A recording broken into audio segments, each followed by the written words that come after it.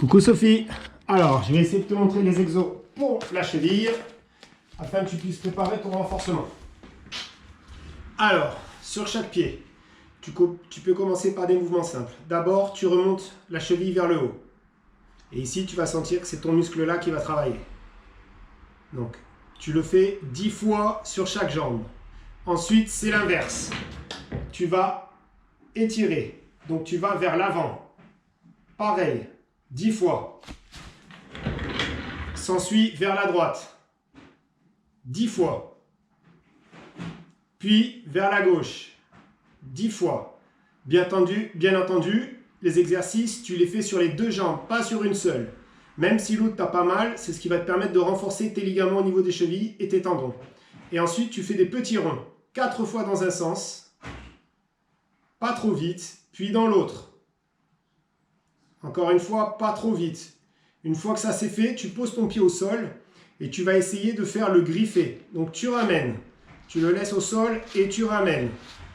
Comme ça, 10 fois, encore une fois, sur chaque jambe. Une fois que ça c'est fait, tu prends un élastique du même style que celui-ci. Tu peux le trouver chez Lidl ou ailleurs. Et pour commencer, donc tu prends ta jambe, tu mets ici une pression et tu vas chercher à aller vers l'avant. Donc comme ça, et tu y vas 10 fois sur chaque jambe. Si tu as différents exercices, différents élastiques de différentes forces, et ben tu fais du plus facile au plus dur. Une fois que ça c'est fait, tu peux faire l'inverse. Donc pour faire l'inverse, tu vas t'aider de tes deux pieds, tu vas tirer, et là maintenant tu vas ramener. Et tu contrôles la descente à chaque fois.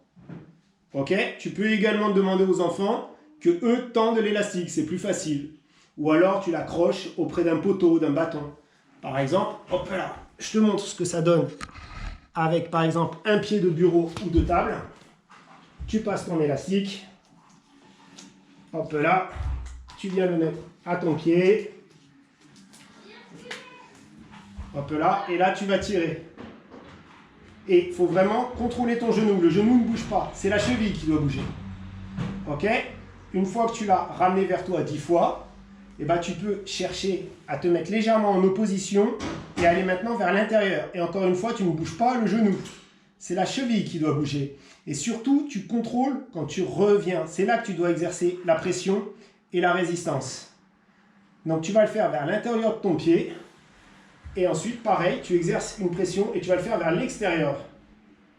Et pareil, tu contrôles bien ton genou, il faut que ce soit verrouillé. Et tu vas vers l'extérieur et tu contrôles la redescente.